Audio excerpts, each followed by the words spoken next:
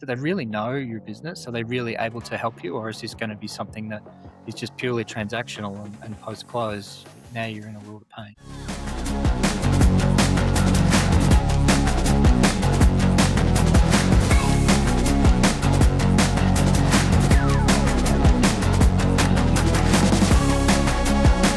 At some point, every founder asks the same question. What happens to my business when I'm no longer the one running it? Who takes it forward? And did I choose the right buyer? Amegro is a specialist acquirer and long-term operator of enterprise asset management software businesses. And this is the Amegro Effect, a podcast for founders, CEOs, and business leaders navigating exits, carve-outs, and what comes next. We explore what really happens after the deal is done, why buyer fit compounds, and how the right ownership model shapes long-term outcomes. Because what happens after the deal is what defines it. To help us unpack this and more, I'm joined today by Amegro CEO Troy O'Connor and Rob Hallett, Group Leader and former CEO of AssetWorks. Troy, Rob, great to have you both here. Thanks, James. Pleasure to be here on the first Amegro podcast. Should be fun. It's great to have you both here. Let's start by telling our listeners a little bit about yourselves. Troy, perhaps we can start with you. Yeah, sure. I guess I've been in the software industry for some 25 years. Started in consulting, worked at Accenture. I've been a founder. So I was a founder of a business that was exited in 2013. I've been the CEO of a business that was acquired, which was SmartTrack. That business was acquired by Constellation, which is how I joined. That was in 2017. I've progressed through Constellation and today sit as the CEO of Amegro, portfolio focused on enterprise asset management. So we're a fairly sizable, fairly international portfolio and very acquisitive, but here to share our experiences and looking forward to the chat. Rob, how about yourself? Yeah, so kind of a similar background. I've been in the industry about 23 years, and I came to Amegro as part of a acquisition in 2008, and I kind of grew up with the organization. Started out as a project manager, worked my way up through the organization until I was CEO of that business for a number of years, and then moved into a group role, working for you and a number of others in at the group level. You've both been in the business with some deep expertise for a while now, so really looking forward to our conversation today. Let's start by asking a somewhat obvious question. And Troy, let's start with you.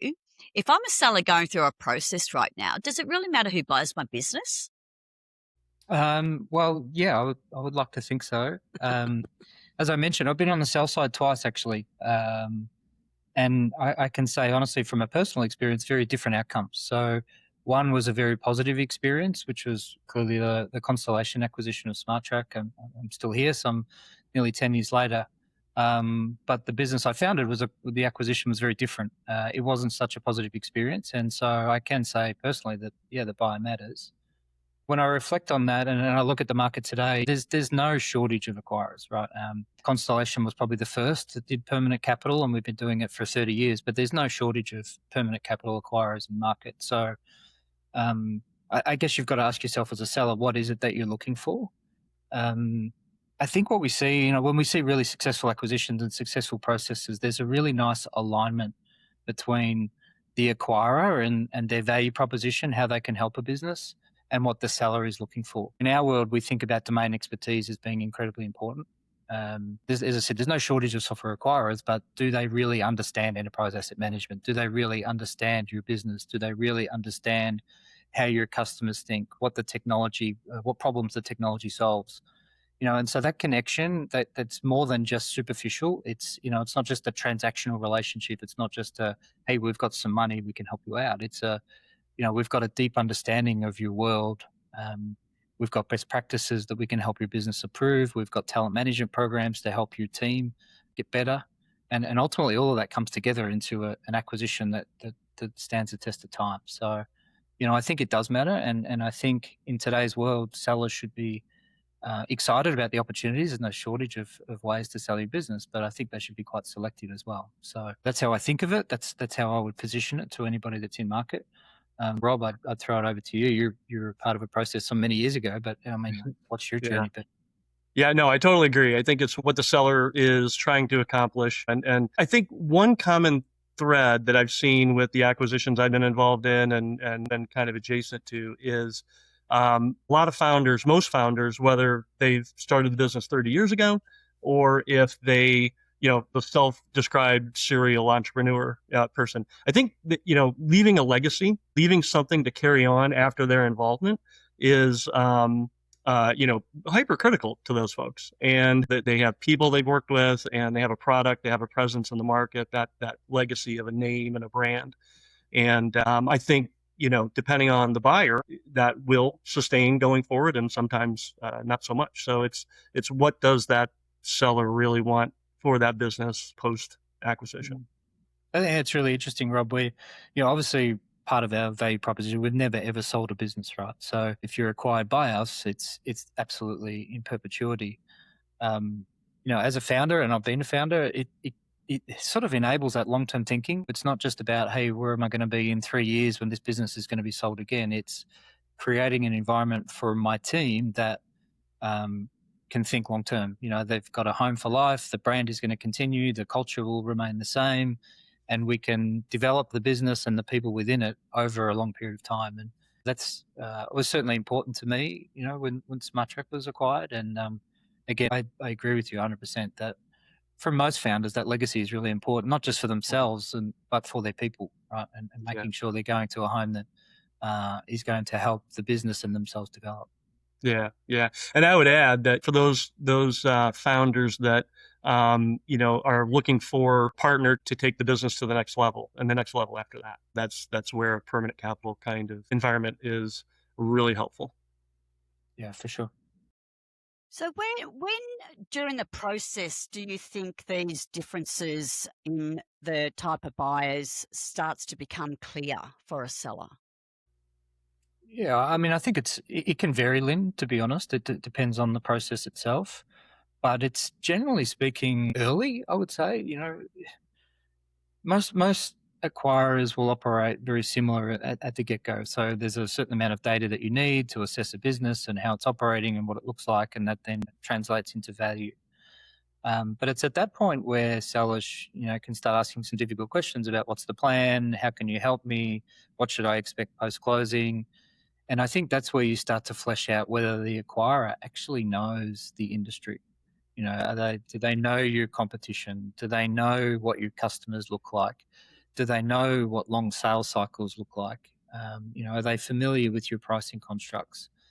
All of those things really start to play out. And if an acquirer is familiar with low ticket SaaS businesses that have high churn and short sales cycles, and you're in EAM, which is a 2-year sales cycle, potentially has hardware, it's got to be installed, it's got different pricing constructs.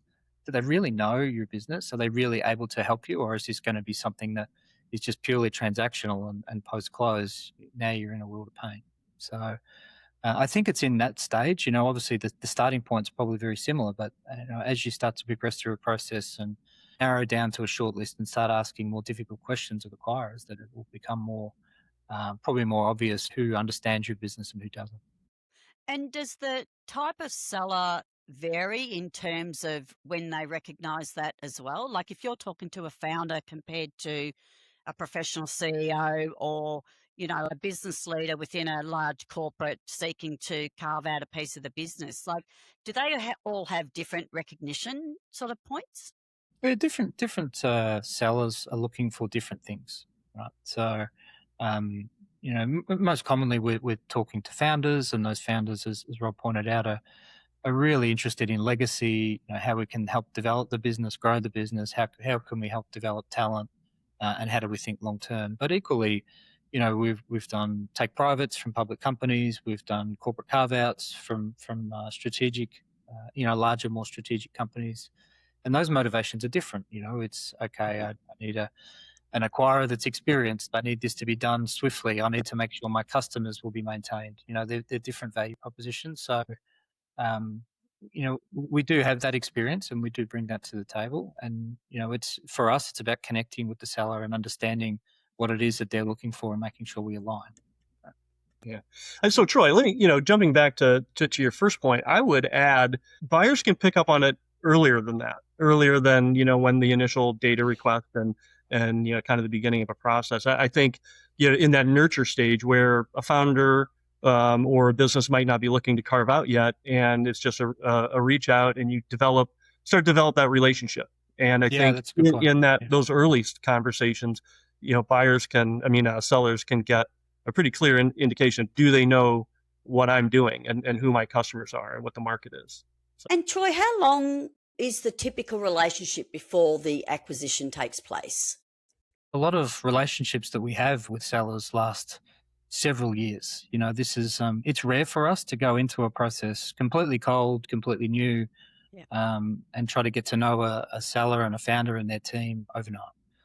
Most of the I guess the conversations we have are conversations we've been having for multiple years. And I think truly then that's when both parties get to know each other, right? So it's a regular contact piece. They see our evolution over time. They get to know us and how we think and how we operate. And we get to see the business over time as well. And, so it's a get to know you kind of process. And we're very comfortable with having those long-term relationships and getting to know businesses quite well. Yeah. Which sort of leads me, Allegro positions themselves as a specialist acquirer. Where do you see like generalist type models start to fall short in the environment that we're in? Yeah, I think it's the domain expertise that really becomes important. Technology, as we know, it can take various shapes and forms in terms of the markets they serve. So, for example, if an acquirer is familiar with payments or payment gateways or as I said earlier, low ticket SaaS, it's a very different operating environment to EAM, where you've got very sophisticated customers, you've got mostly capital intensive assets, you've got infrastructure of the planet being run by our customers. And so the software is mission critical, right?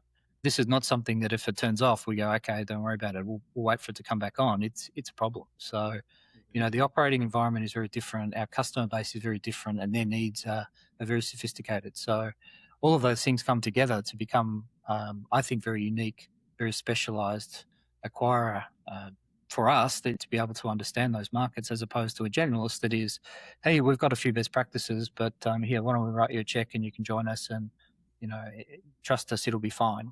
It's rarely fine. It's generally where we see acquisitions that go south. It's in that environment, or equally if it's a financial acquirer that is obviously going to try to maximize their returns, they're going to resell that business in 3-5 years. Their operating model is very different. So we try to operate that way. And Rob, you've got some recent acquisitions and businesses you're working with at the moment. I would imagine you're playing that out in real time. No, absolutely. Yeah. And I think a seller needs to look at, where is this business going to be in a year or two? What environment am I operating in? What support structure do I have to help me develop product to meet, market trends or, that sort of thing. And if they're a square peg in a round hole, they're not going to find that kind of support in a generalist kind of organization. I mean, if the buyer doesn't know the professional organizations that support that industry, if they don't know what the key performance indicators are of the person that buys the software, then or even have an internal network of people in the same industries to just be a support structure, I think that's where it starts to become pretty clear. Yeah, I would add to that. Sorry, then one other point is we see it even more so when we run events. We run events obviously a couple of times a year usually, and we've just had quadrants obviously in April. When we get our businesses together, that portfolio effect of a dozen businesses and their leaders and their teams coming together to share experiences. What are they seeing in market? What's your product doing? How are you working with AI? And that sort of the synergies that come from that. Super. The cohort, being a CEO of particularly a founder-led business, pretty lonely place, right? So being able to be in a room with a dozen other CEOs that are in a similar industry, working through the same challenges, maybe in different geographies or slightly different segments of a similar market, but being able to learn from each other is incredibly powerful. It's hard to put a dollar figure on it, obviously, but the reason we invest so heavily in those programs and those events is because we see the outcomes that are quite powerful for our leaders to be able to benefit from each other. Yeah, it is a really incredible environment too. When I went as a CEO and as a department head, I learned more from people sharing what not to do. The mistakes they made, and hey, don't do this, right? Instead of sitting in a room and being lectured on this is how you do A, B, C, right? And then you develop those relationships so that even outside of those events, you have that network to get advice in real time. That was the best part of it. So we're really talking about depth versus breadth now, right? So as a seller coming on board, where does the depth become visible in practice?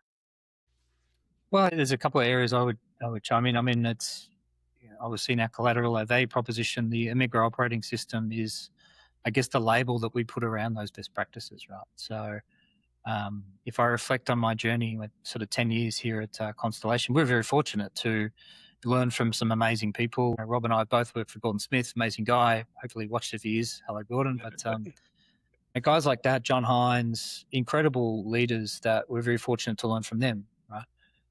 But one thing I found certainly in that journey, and Rob, I'm sure you experienced the same, was it was very much a tribal knowledge back then, right? It was you had to get to know people to learn things, and they would pass on their wisdom to you, and then you would pass it on to someone else. And as we've grown in Allegro, what we've tried to do is do something that scales well.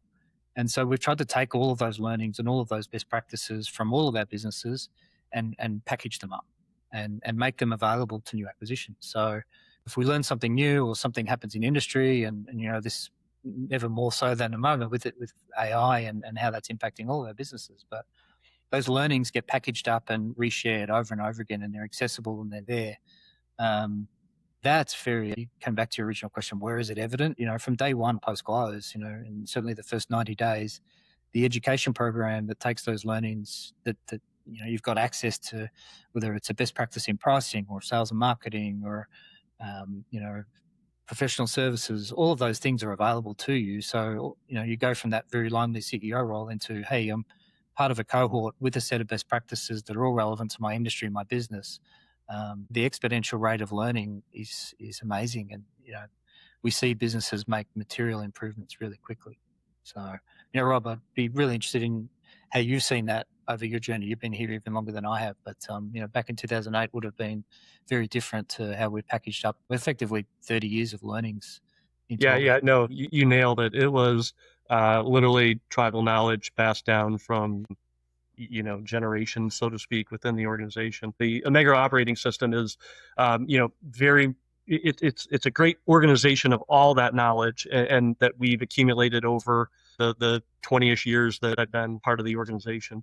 You really see it really start to hit home when you look at the development of the people, the opportunities that people have to grow, whether it's at some of these global events or even some local events or even within the organization. Individual business units. That's where you really start to see it, and then that cross pollination between businesses.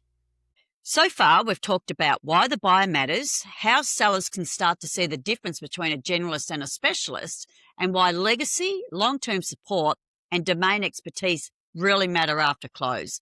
We're going to take a short break now and hear from one of our business units. We'll be back shortly.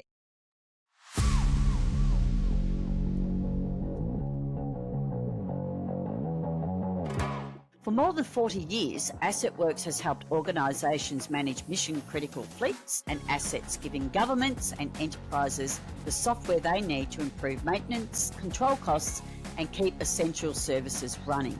Since joining the Valaris and now Allegro family in 2008, AssetWorks has become a place where careers are built for the long term. Rob Haller's journey took him from professional services to leading the business as general manager before stepping into a group leader role, where he now supports other software companies across the portfolio. Today, Greg Richards leads AssetWorks Fleet, continuing that tradition of strong leadership and long-term development. As part of Allegro, that experience doesn't stay within a single business. Through the Allegro operating system, it's shared, connecting leaders, building capability, and applying hard-earned insights across similar companies operating in complex, asset-heavy environments. Because in enterprise software, the real advantage isn't just scale, it's depth. That's the Allegro effect. Now let's get back to the episode.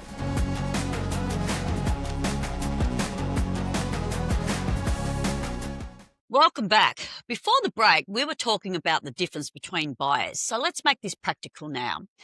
Troy, once a company joins Amegro, what actually changes after the acquisition closes? Yeah, sure. I mean, I think the best way I can describe it is it's a, multiple decades of knowledge packaged up and accessible for our leaders. And that knowledge spans all the different functional areas of our businesses. As I mentioned, that could be pricing or professional services or support, marketing, sales.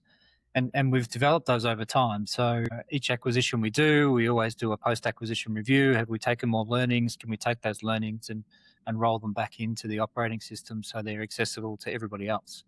We don't want our businesses operating in silos. We want them to learn from each other. And as I said, a lot of that is through the networks, but the really big material anchoring type things that we want people to leverage, we package them up and put them in the operating system. The other element to it is, it's not just knowledge, it's also L&D programs, learning and development programs. So, we're people first, as you well know, and, we invest a ton of time and money into developing our leaders. And at the heart of that is the operating system, our LMS system.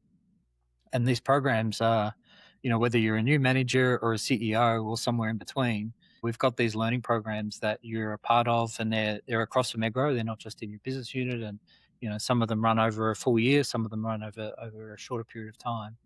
But that, coupled with the knowledge, then starts to see a learning journey where we're accelerating the development of our leaders. So when you grow at the rate that we do, we want to see that bench of leaders developing over time. And I think it's well published that most, if not all, of our leaders, or a high percentage of them, have developed from within the organisation. So all of that is distilled down and packaged up in the operating system. The other really exciting part about it is if we think about AI now today, we've just been through 6 months of AI accelerators, and our businesses are adopting and embracing AI like at a rate that it is just out of this world, and in terms of what they're achieving and how quick they're able to achieve it.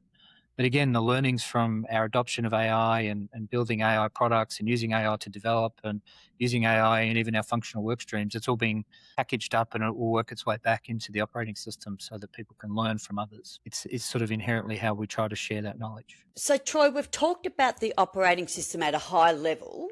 For someone in fleet management, for example, where does the value show up for them? Like, when would they actually experience it?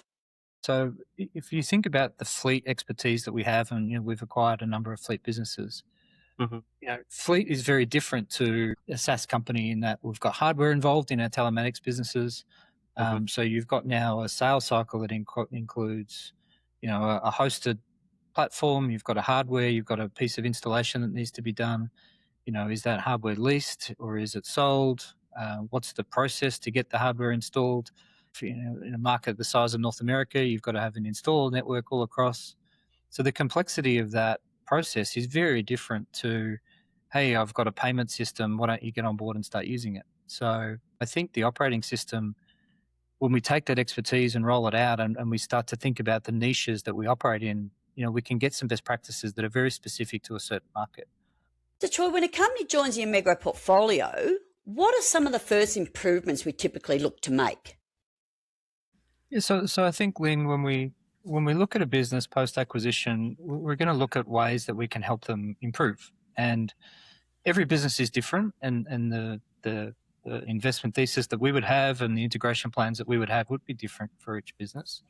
Having said that, there's some common things that we see. So in the fleet industry, for example, we'd want to be looking at their pricing construct. So they're leasing hardware, or they're selling hardware, as an example. So there might be a best practice there that we can share. A lot of our fleet businesses tend to be very broad and horizontal. They're trying to tackle too many things at once. So again, we'll help them analyze their own market and their own customer base and look at where they're actually really strong. Which verticals are they winning in? Which verticals are they not so strong in? So these sound like simple things, but when we distill that down from an operating system point of view and play it back to a business and help them learn more about themselves, that can help that business improve. So, that's a couple of simple examples, but again, I know Rob's done acquisitions both in fleet and tangential to fleet. I'm sure there's other examples where he's looked at a business and said, hey, we can help you improve, X or Y. Rob, so you can share some of those.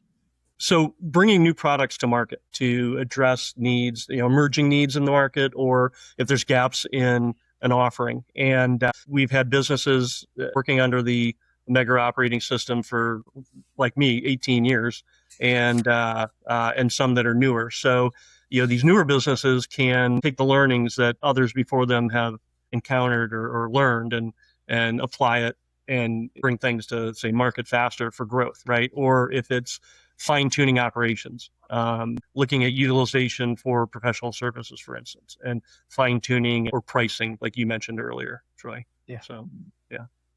So I think it's very multifaceted, Lynn. The operating system has a depth where it's not some silver bullet where we go, hey, here's the magic sauce. It's a set of learnings that have been built over time, and some of those best practices may already be live and well in a new business that joins us, but there'll be others that are not. And we try to use data to surface those things. And again, we're very fortunate to have decades of data that we can benchmark, and we help businesses learn more about themselves by using data. And then when that data does surface some opportunities for improvement, then there's a kit bag of tools to try to help the business improve. So that's the best way I can explain it. It does translate. At the moment, it's, as I said, fascinating with AI. What are best practices in AI now? How might you leverage AI to improve your business? How do we as a Megro look at our businesses as a whole? We're running some experiments at the moment where businesses are coming together and sharing data and looking at data lakes and looking at predictive maintenance and how language models can influence that. And when we start partnering these businesses together and doing some interesting things, it's and doing them at a speed that's never been possible before, that gets really exciting as well. So the intersection, if you think of it, us as an acquirer now, we're not just a check. We're looking at how can we help your business improve? How do we bring domain expertise to your business? How do we bring the intersection of AI? And those three things all coming together creates a kind of an environment that's pretty exciting to be a part of. Yeah. And let me just add really quickly that you mentioned something earlier, Troy, that even highly functioning businesses that come in still benefit. There's a company that we acquired about 2 years ago, and very high functioning, very profitable, well-run business. And the CEO, after attending one of our North America events, walked away and he just felt great that he learned something new and was able to look at situations differently based on, the content of the learning. And then likewise, tying back into the AI accelerators that you mentioned, one just wrapped up this week in Berlin. And there's a company that I would say is, not as far advanced in some of their operations and in technology. And they ended up finishing in the top 3 companies for, best idea and best execution at the accelerator. So it's that kind of environment, I think, that's fascinating. Yeah, it's something you can't replicate, right? When you get that many businesses in a room with good coaching and mentoring, and this is challenging them into a kind of hackathon over a week. It's pretty impressive what those businesses are then achieving when they take it back to their customers. So this is obviously there's a lot of benefits, but most sellers wouldn't get to see this all play out before they make the decision to go to a particular buyer. So Troy, if I'm a seller looking to sell my business, what questions should I be asking? Yeah, I mean, I think when there's lots of questions that should be asked, Lynn, it's probably not down to a one or two, but I think if I was to distill it down, it's really around, is there an alignment between what you as a seller are looking for and what the acquirer is offering? So number one is there an alignment piece? And that can present in different ways. I would say the alignment needs to come in, can they help you? Is this purely a financial transaction that you're going to walk away from, or are you genuinely looking for your business to continue to develop and grow? So if that is the case, then the questions then get a little bit deeper. So do you understand my industry? Do you understand my products? Do you understand my value proposition? Do you know the sorts of customers that I deal with? Do you know my competition? Do you understand how they're operating in market? So as you get into what you mentioned earlier, which is the depth piece, you're going to want to make sure that the acquiring party has the depth of knowledge in your industry. And I think that can be flushed out through the process.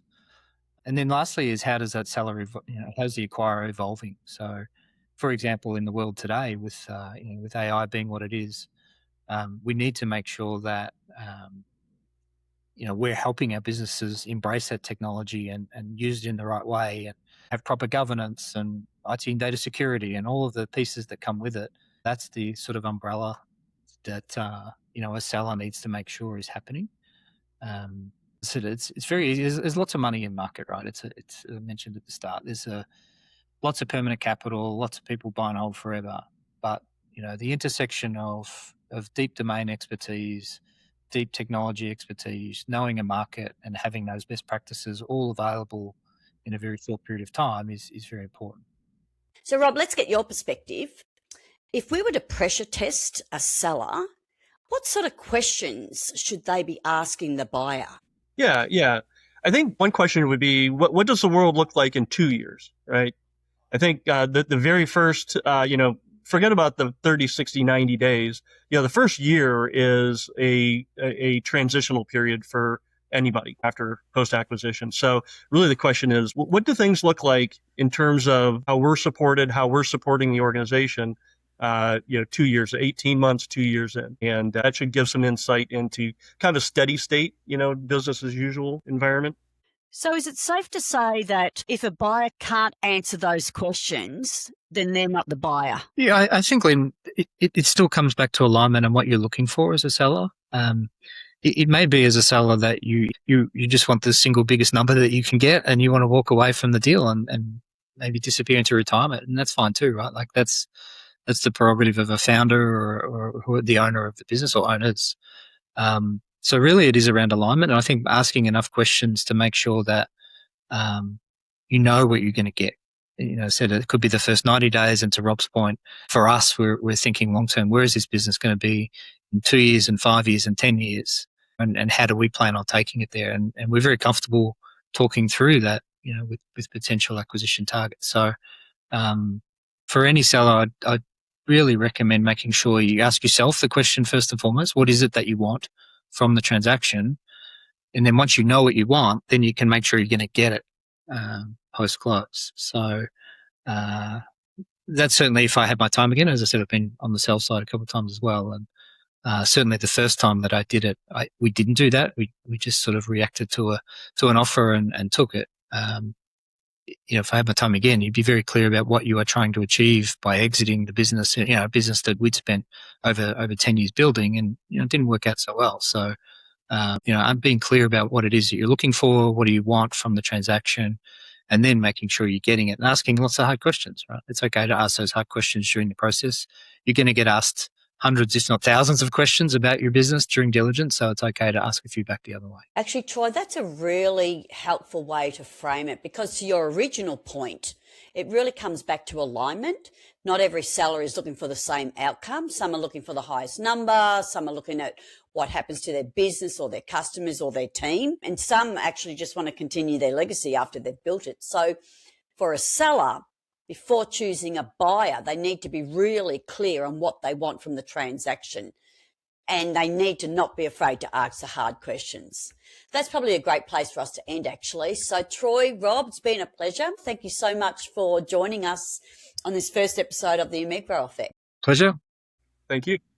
The big takeaway from today is that choosing a buyer is about much more than choosing the best deal on paper. It's about understanding what you want for your business, your people, your customers, and the legacy you've built. Then pressure testing whether the buyer can genuinely support that next chapter. As we've heard, the right owner brings alignment, domain expertise, and long-term commitment, as well as an operating environment that helps the business keep improving over time. The wrong fit may not be obvious at close, but it becomes very clear in the years to come. Thank you to our listeners. We hope you enjoyed this week's episode. Please like and subscribe to stay up to date on the latest developments in M&A. Until next time, I'm Lynn Salmon. This has been the Omegro Effect.